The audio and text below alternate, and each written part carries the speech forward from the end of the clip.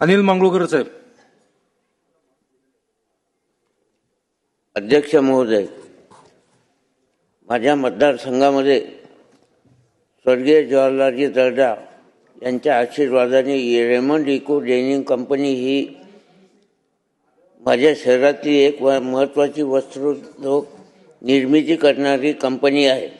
ही company केवळ एक उद्योग नाही तर यवतमाळ शहराच्या आर्थिक कणा आहे.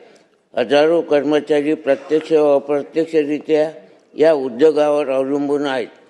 स्थानिक कुटुंबाचे उदरनिर्वाह, व्यापारी वर्गाची उलाढाल, वाहतूक व्यवसाय, छोटे उद्योग सर्व या कंपनीशी निगडीत आहेत. परंतु सध्या कंपनीचे कर्मचारी यांना उपोषणावर बसावे लागले आहे. आजही त्यांचे उपोषण सुरू आहे.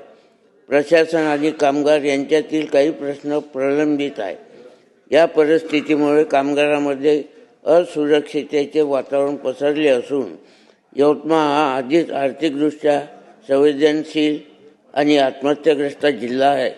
अशा परिस्थितीत जर एवढा मोठा उद्योग डळमळीत झाला तर हजारो कुटुंबावर उपासमारीची वेळ येऊ शकते.